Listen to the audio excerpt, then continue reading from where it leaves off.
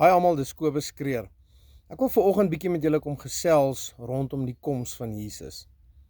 Daar's baie gerugte wat rondgaan en stellings wat gemaak word rondom die 23ste September 2025 en dat Jesus sy kinders gaan kom haal. Nou, ek wil julle terugvat na wat sê die woord van God. Want die woord van God is lewendig en kragtig. Hebreërs 4 vers 12. Daar staan in hoofstuk 24 van Matteus, lees ons waar Jesus op die Olyfberg gaan sit het en sy disippels vir hom gevra het rondom wanneer gaan die koms van Jesus wees. En Jesus het sekere goed aan hulle verduidelik en hy kom in vers 36 waar hy vir hulle sê, maar die dag en die uur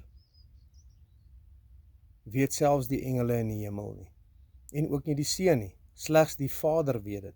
Dis dan slegs in wanneer ons gaan verder lees in Openbaring 4 en 5, wanneer Jesus sy koningskap opgeneem het, dat Jesus dan ook presies weet hoe en wat en wanneer sal gebeur. Maar as ons verder lees na vers 37 en 38, dan lees ons daar staan, Jesus sê vir hulle dat die huisheer, as hy sou geweet het wanneer die dief kom, dan sal hy gewaak het, hy sal wag gestaan het, of hy sal hierdie dief ingewag het. Maar daar staan baie duidelik, dat Jesus gaan kom soos 'n dief in die nag. En dit gaan gebeur, dat niemand gaan dit verwag nie.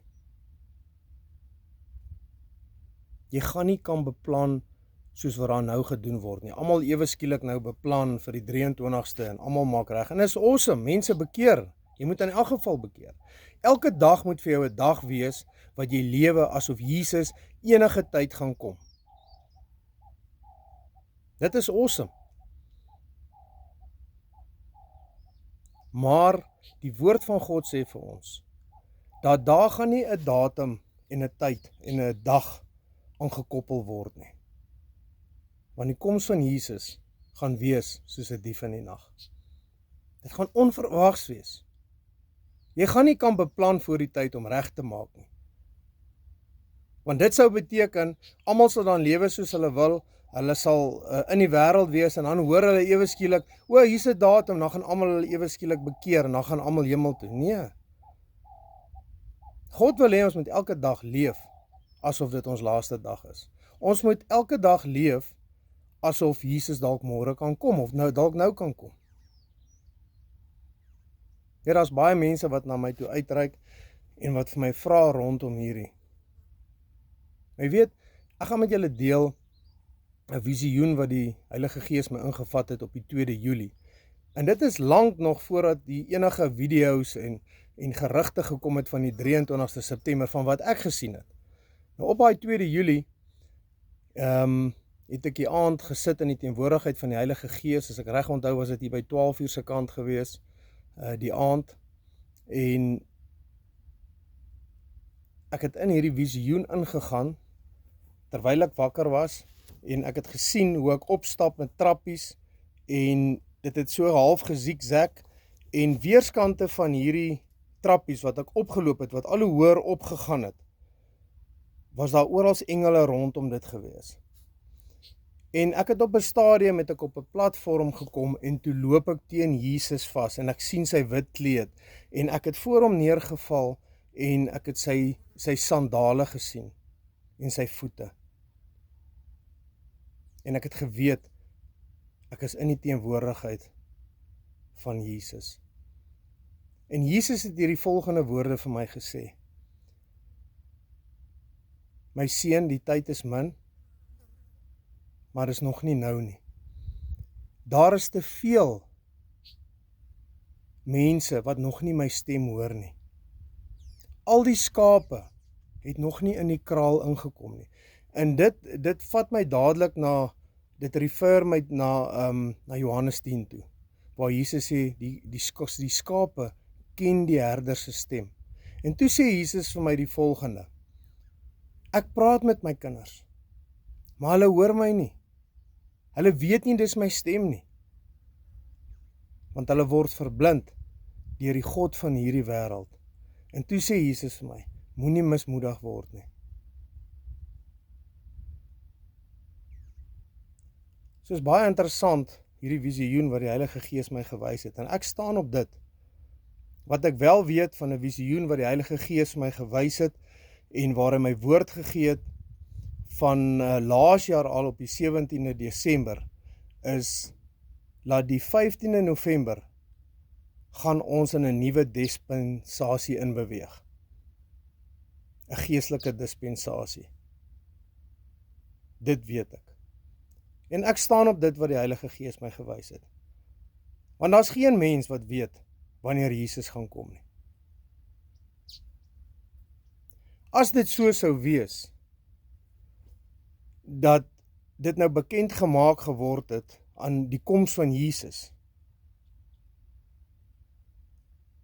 dan kontradiek dit alles wat in die woord van God staan. As dit so sou wees dat die 23ste September die koms van Jesus gaan wees, dan beteken dit dat alles wat in die woord van God staan, is nie waar nie. Mense, ek het al geleer, dat dit wat in die woord van God staan, is lewendig en dit is kragtig. Net soos wat dit daar staan, sonder om verdraai te word. Daar hoef niks bygesit te word nie, en daar hoef niks weggeneem te word nie. Ek gaan vandag vir julle sê, hou vas aan wat die woord van God sê. Want ons lees in die woord in Johannes 1. In die begin was God, in die begin was die woord, en die woord het lewendig geword. Daar's krag in die woord van Jesus Christus.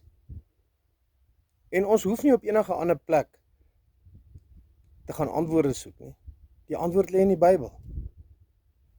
Die Bybel sê vir ons baie duidelik, dat van die dag en van die uur weet niemand nie. So dit beteken, dit gaan ook nie die 23ste September wees nie.